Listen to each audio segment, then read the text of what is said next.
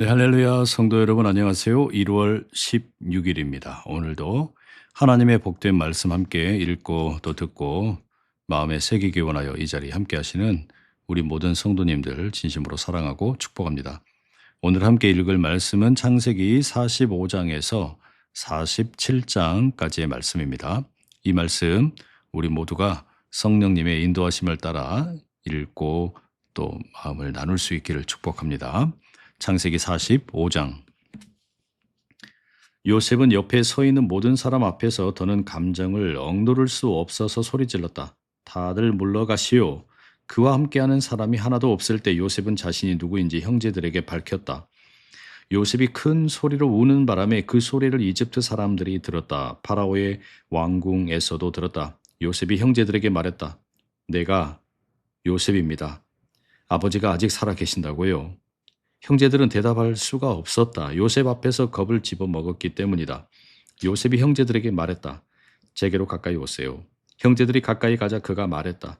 제가 바로 형님들의 아우 요셉입니다. 형님들이 저를 이집트로 팔아 넘기셨지요. 그렇지만 저를 이리로 팔아 넘겼다고 해서 지금 너무 괴로워하거나 스스로에게 화내지 마십시오. 생명을 보존해 주시려고 하나님이 형님들 앞에 앞서 저를 보내신 것이니까요. 지난 2년 동안 이 땅 한복판에 흉년이 들었지요. 그런데 땅을 갈지도 곡식을 거두어 들이지도 못할 기간이 아직 5년이나 남아 있어요. 하나님은 형님들 앞에 앞서 저를 보내셔서 형님들을 이외에 땅의 후손들을 남겨두려 하십니다. 형님들을 위해 생명을 보존하여 많은 사람들이 살아남게 하려 하십니다. 그러므로 이제 저를 이리로 보내신 것은 형님들이 아니라 하나님이십니다. 하나님이 저를 파라오의 아버지 자리에 그의 온 집의 주인 자리에 이집트 온 땅의 통치자 자리에 앉혀 주셨습니다. 서둘러 아버지께로 돌아가서 말씀드려 주십시오.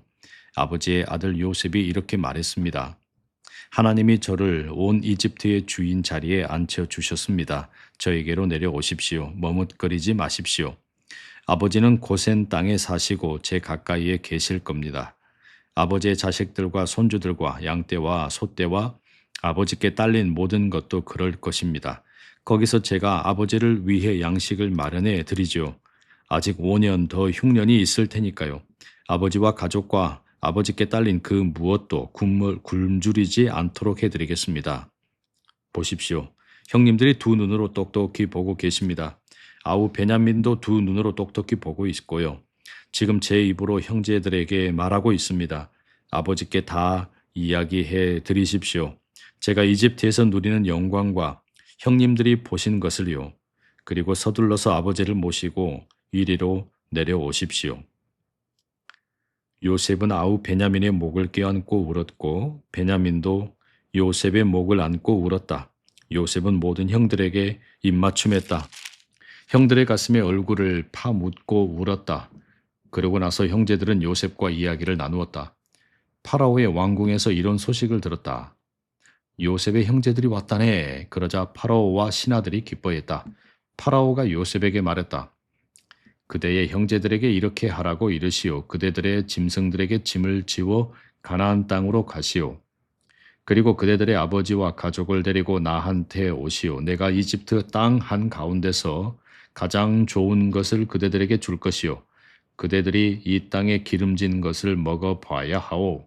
그대는 또 이렇게 하라고 이르시오. 수레를 여러 대 이집트 땅에서 가져가서 그대들의 어린 아이들과 아내들을 태우시오. 아버지도 태워서 모셔오시오. 쓰던 물건들을 두고 온다고 아까워하지 마시오. 이집트 온 땅 가운데서 가장 좋은 것을 그대들이 차지하게 될 것이기 때문이요. 이스라엘의 아들들은 그렇게 했다. 요셉이 그들에게 수레를 여러 대 내주었다. 파라오가 말한 대로였다. 길에서 먹을 것도 주었다. 모든 사람에게 각각 나들이 옷도 한 벌씩 주었다. 베냐민에게는 은 300개와 나들이 옷 5벌을 주었다. 아버지에게도 마찬가지로 이집트에서 가장 좋은 것들을 수탉나귀 10마리에 실어 보냈다. 또 암탉나귀 10마리에는 아버지가 길에서 드실 곡물과 빵과 요리를 실었다. 요셉이 형들을 내보내어 그들이 떠났다. 요셉은 형제들에게 당부했다.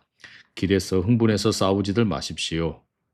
그들은 이집트를 떠났다. 가나안 땅으로 올라가 아버지 야곱에게 갔다. 그들이 아버지에게 말씀드렸다. 요셉이 아직 살아있어요. 이집트 온 땅의 통치자이더라고요. 야곱은 마음에 별 느낌이 없었다. 아들들의 말을 믿지 못했기 때문이다. 아들들은 요셉이 자신들에게 한 말을 모두 아버지에게 그대로 전했다. 야곱은 요셉이 자신을 태우려고 보낸 수레 여러 대를 보았다. 그제서야 그들의 아버지 야곱은 정신이 번쩍 들었다. 이스라엘이 말했다. 이젠 더 바랄 게 없어. 요셉이 내 아들이 아직 살아있다니. 얼른 가서 그 아이를 봐야겠구나. 내가 죽기 전에. 아멘. 46장입니다. 이스라엘은 자신에게 있는 것을 모두 챙겨 길을 나섰다. 브엘세바에 다다르자 짐승을 잡아 아버지 이삭의 하나님께 제물로 바쳤다. 그날 밤에 환상 속에서 하나님이 이스라엘에게 말씀하셨다. 하나님이 부르셨다. 야곱아, 야곱아. 야곱이 대답했다. 저 여기 있습니다. 하나님이 말씀하셨다. 나는 이 하나님이다. 네 아버지의 하나님이지. 이집트로 내려가는 것을 두려워하지 마라. 내가 거기서 너를 큰 민족으로 만들 것이다. 내가 직접 너와 함께 이집트로 내려가마. 또 너를 데리고 올라오기도 하마. 요셉이 손으로 너의 눈을 감겨줄 것이다. 야곱은 일어나 브엘세바를 떠났다. 이스라엘의 아들들은 아버지 야곱과 그들의 어린 아이들과 아내들을 수레 여러 대에 태웠다. 그들을 태우도록 파라오가 보내준 수레였다. 짐승들도 끌고 가고 가나안 땅에서 모은 재산도 가져갔다. 야곱과 또 그와 함께 살던 후손은 모두 이집트로 옮겨갔다. 이렇게 야곱은 자기와 함께 살던 아들, 딸, 손자, 손녀, 곧 후손을 모두 이집트로 데려갔다. 이집트로 옮겨간 이스라엘 사람들, 곧 야곱과 그 자손들의 이름은 이러하다. 야곱의 맏아들은 르우벤이다. 르우벤의 아들은 하녹, 발루, 헤스론, 갈미이다. 시므온의 아들은 여무엘, 야민, 오핫, 야긴, 소할, 사울이다. 사울은 가나안 여자의 아들이다. 레위의 아들은 게르손, 그핫, 무랄이다. 유다의 아들은 에르, 오난, 셀라, 베레스, 세라흐이다. 에르와 오난은 가나안 땅에서 죽었다. 베레스의 아들은 헤스론과 하몰이다. 이사갈의 아들은 돌라, 부와, 욥, 시므론이다. 스불론의 아들은 세렛, 엘론, 야흘르엘이다. 이들은 레아의 손자 남자 자손이다. 레아가 밧단아람에서 야곱에게 낳아준 자손이다. 야곱의 딸 디나도 레아가 낳았다. 야곱과 레아의 남녀 후손은 모두 33명이다. 가세의 아들은 시뷴, 학기, 수니, 에스본, 에리, 아로디, 아렐리이다. 아셀의 아들은 임나, 이스와 이스위, 브리아이다. 세라흐는 그들의 누이다. 브리아의 아들은 헤벨, 말기엘이다. 이들은 실바의 자손이다. 실바는 라반이 자신의 딸 레아에게 여자 노예로 준 사람이다. 실바는 야곱에게 이들 16명을 낳아 주었다. 야곱의 아내 라헬의 아들은 요셉과 베냐민이다. 요셉에게는 이집트 땅에서 므낫세와 에브라임이 태어났다. 이들은 헬리오폴리스의 제사장 보디베라의 딸 아스낫이 요셉에게 낳아 주었다.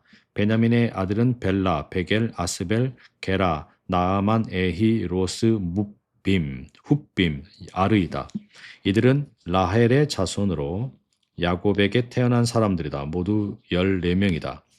단의 아들은 후심이다. 납달리의 아들은 야흐스엘, 구니, 예셀, 실렘이다. 이들은 빌하의 자손이다. 빌하는 라반이 자신의 딸 라헬에게 여자 노예로 준 사람이다. 빌하는 이들을 야곱에게 낳아 주었다. 모두 7명이다.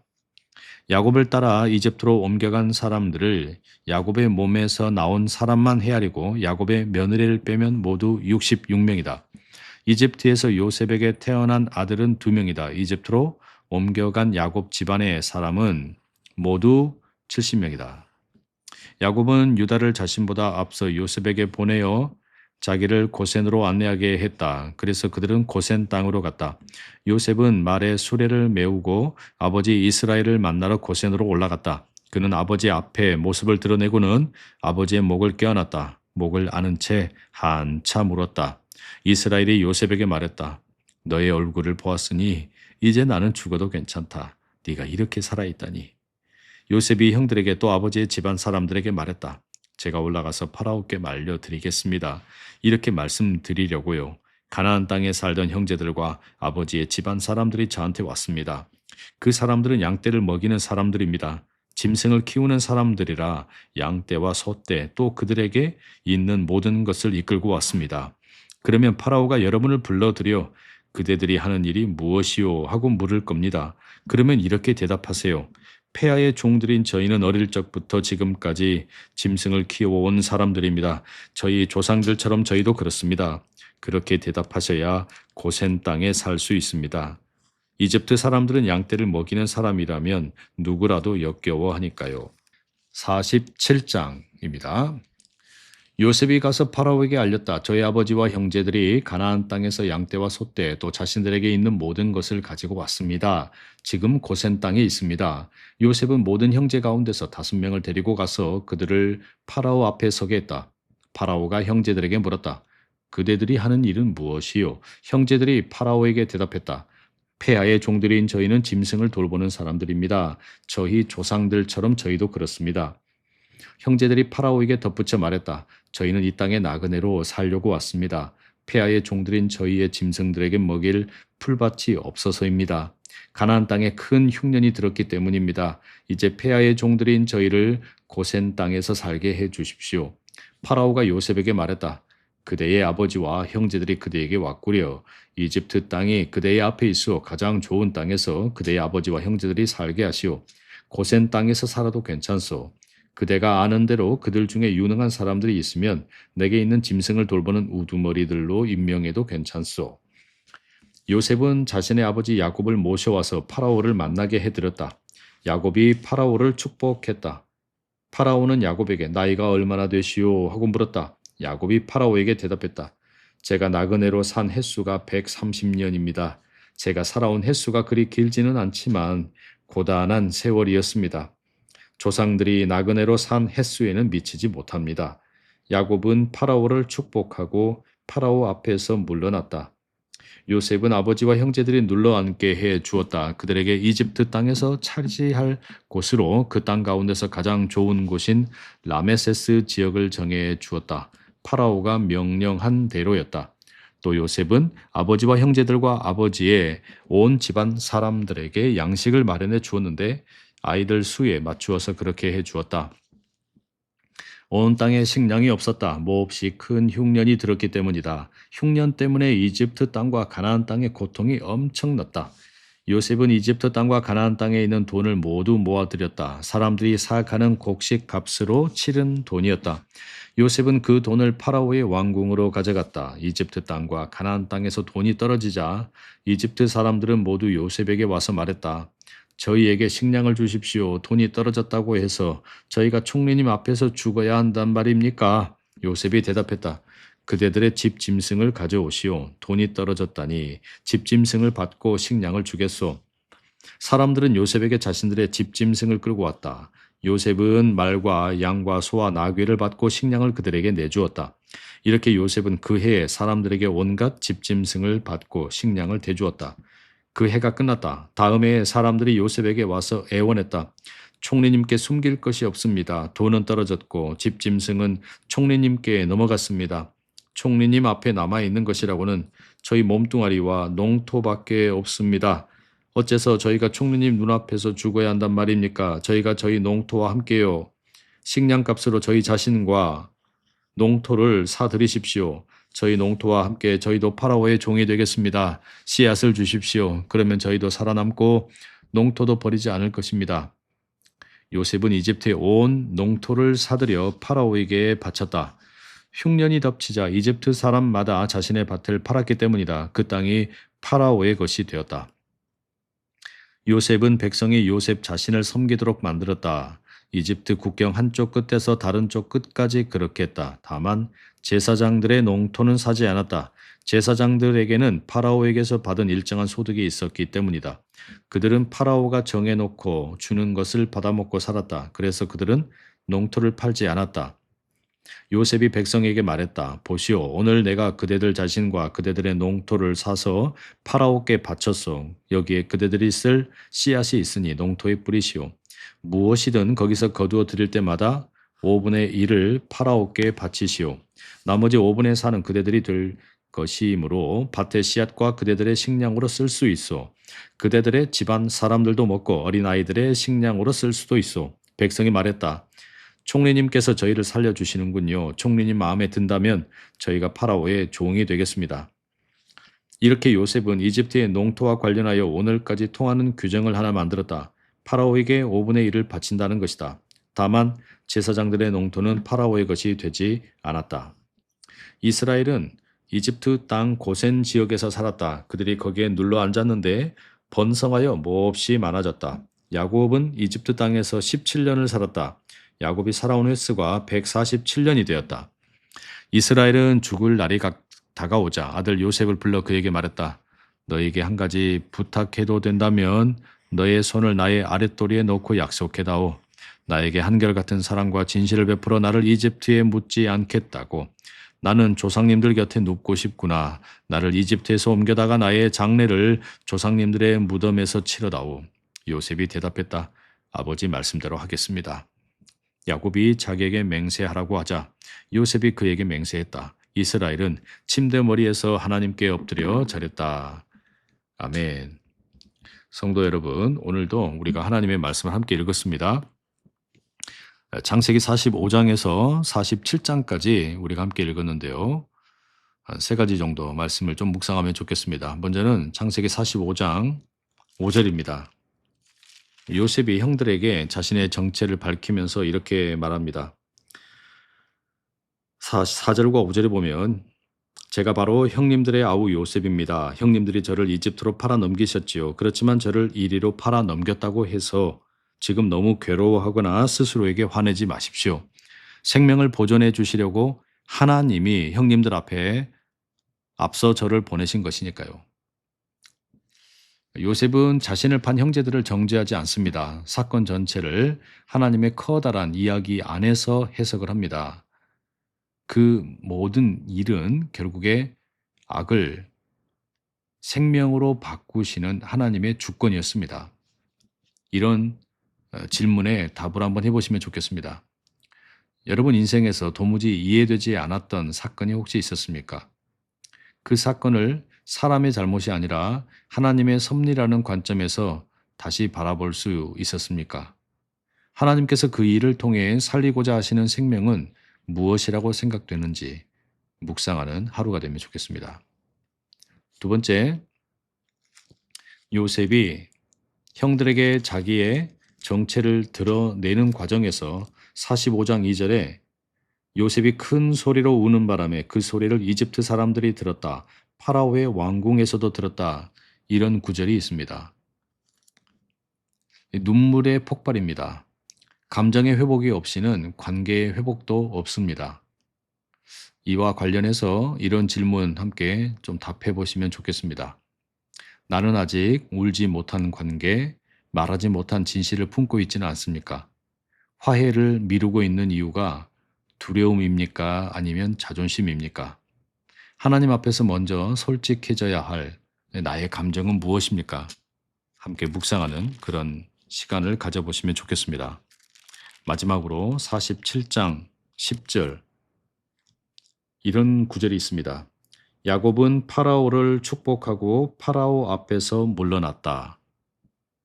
야곱이 가나안 땅에서 굶주림과 기근을 피해서 이집트로 내려왔습니다. 그런데 야곱이 세상의 권력자인 파라오 앞에서 축복하는 자로 서 있습니다. 세상의 질서로 보면 약자인데 하나님의 백성은 어디에서나 복의 통로로 쓰임받는다라는 것을 알 수 있습니다. 이런 질문을 함께 붙잡고 묵상하면 좋겠습니다. 나는 지금 어떤 자리에 서 있습니까? 의존하는 자리입니까? 아니면 주도하며 리더의 역할을 하고 있습니까? 조건이 부족해 보이는 상황에서도 나는 축복의 사람으로 살고 있습니까? 아니면 저주와 악한 것을 유통하는 삶을 살고 있습니까? 하나님께서 나를 통해 누구를 축복하기 원하시는 걸까요? 함께 생각해보는 그런 시간이 되시면 좋겠습니다. 성도 여러분, 오늘도 하나님의 복된 말씀 함께 읽고 또 듣고 마음에 새겨주시면 감사합니다. 내일 더 아름다운 모습으로 만나 뵙겠습니다. 사랑하고 축복합니다.